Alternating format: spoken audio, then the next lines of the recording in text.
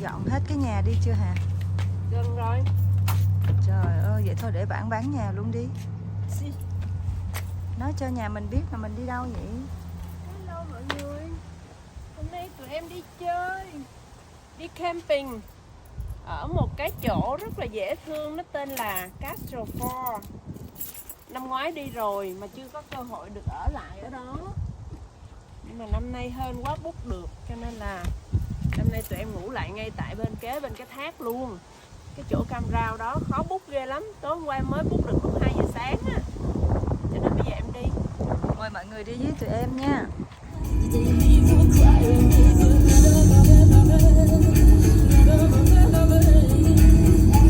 Lên cao nè, cái này chắc đi lên núi luôn. Càng lúc càng lên trên cao đèo luôn nè. Đèo cao thì mặc đèo cao, trèo lên đến đỉnh ta cao hơn đèo.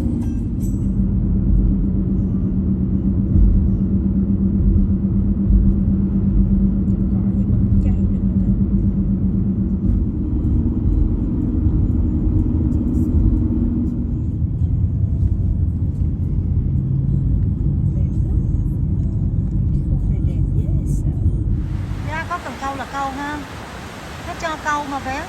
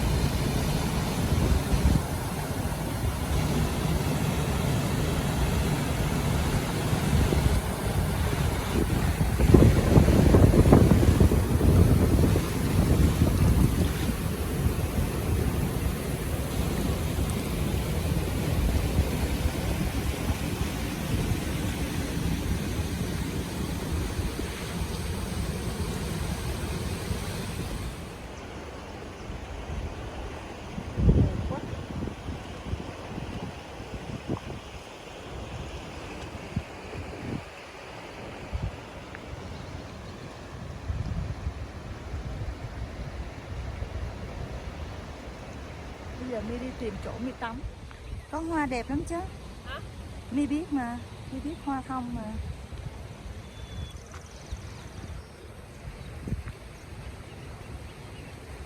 Ê, cái hoa của cái đó cũng đẹp đó. Lạ quá hả?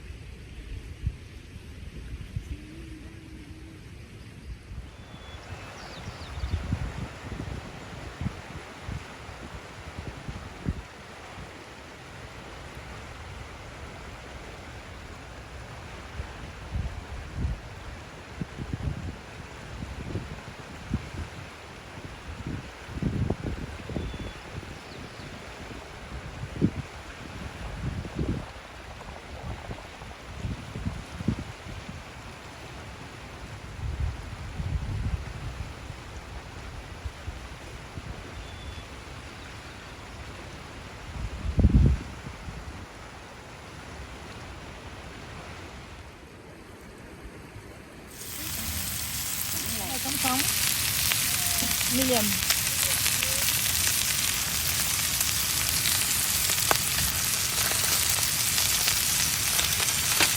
Hỏi medium nhưng mà cũng biết medium.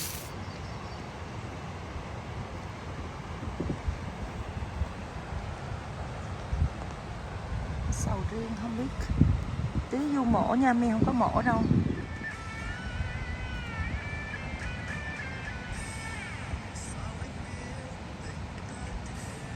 Thì chúng tới. Cái này là buổi sáng đầu tiên ở ngoài cái thác. Thác gì hả? Castle Fall. Castle Fall.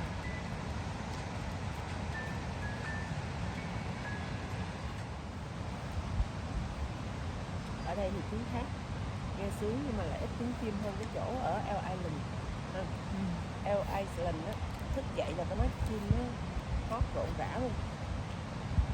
Bây giờ em ăn uống xong cái Đi ăn bộ. xong em cà phê, xong em đi bộ lên đầu nguồn á, lên cái chỗ cái thác á, đẹp. Em quay cảnh đó cho mọi người coi, đẹp lắm.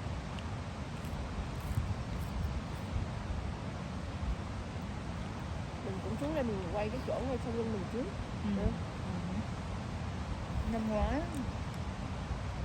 được chị Linh nhắc,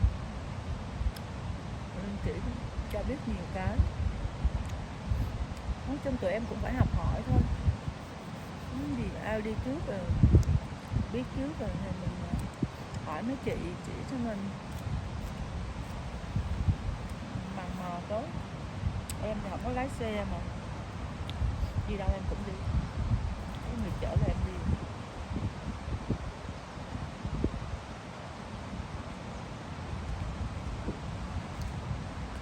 Uống trà bằng cái này đi. Cái bộ bông cúc. Trà bông cúc.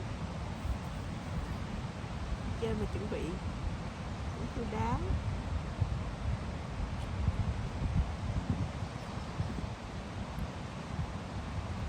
Thôi nó thơm.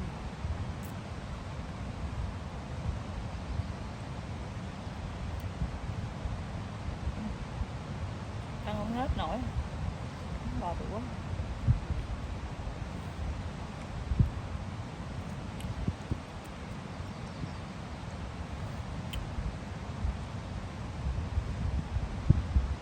Ba trái này trái nào cũng ngọt, chỉ có cái trái màu đỏ là ít ngọt nhất.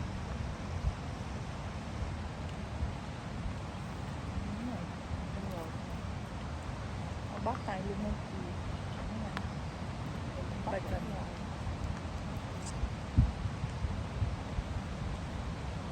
Cherry đầu mùa tưởng chua mà ngọt dễ sợ luôn.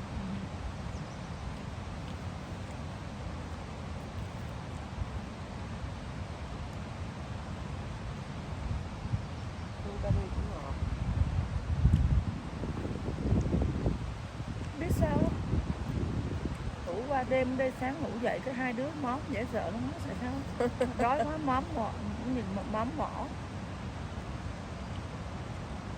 Làm sao đói được, hôm qua ăn kiểu đó mà đi Cũng- trên đường.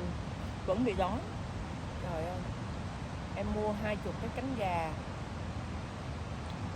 KFC. Lâu quá không ăn, ăn lại vẫn ngon. Bacon này mặn quá. Bacon là hơi mặn. Nó additional. Mặn. Cái này cũng nấm được, nó không mặn. Có cái miếng nấm mình chiên cũng được.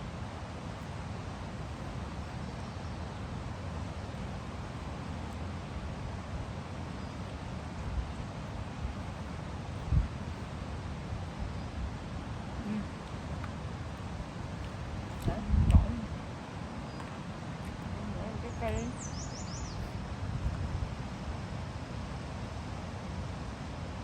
Cái trái này cũng ngọt. Cái đỏ là duy nhất. Cái gà.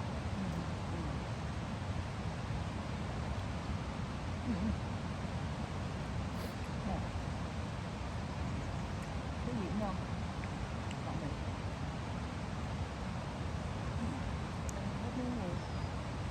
Nào. Ăn bỏ. Biết gì thôi đừng ăn rán mà.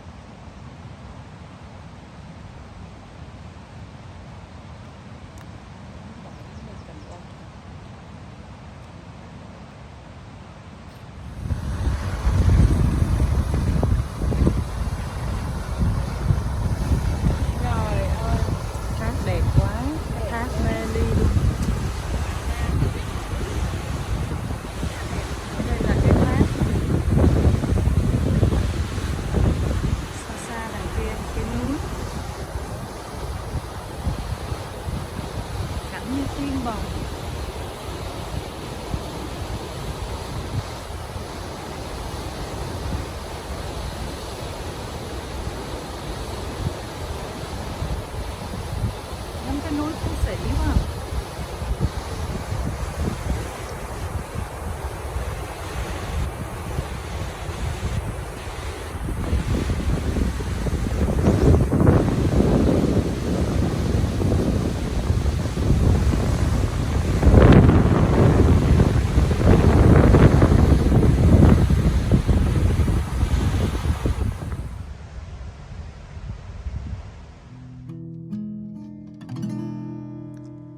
Em hỏi tôi phiến đá có tình yêu không? Em hỏi tôi phiến đá có linh hồn không? Linh hồn tôi nay là đá cội nên đã nằm khổ đau với tình yêu tôi. Em vô tình làm sao hồn tôi tựa phiến đá sầu, trăm năm hay ngàn năm đời buồn theo tháng năm. Em hỏi tôi đã biết thở dài xa xôi. Em hỏi tôi đã biết ngậm ngùi chia phôi. Em và tôi thiên đang mất rồi trên lối về, mình tôi bước dài lên thế. Em hỏi tôi đã có tình yêu không? Em hỏi tôi phiến đá có linh hồn không? Linh hồn tôi đây là đá cội nên đã nằm khổ đau dưới tình yêu em.